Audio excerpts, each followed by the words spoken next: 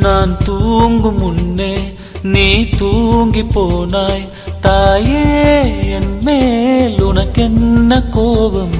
கண்ணான கண்ணே, என் தெய்வ பெண்ணே, கண்ணில் தூசி நீ ஊத வேண்டும்.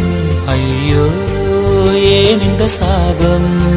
எல்லாம் என்றோ நான் செய்த பாவம். பகலும்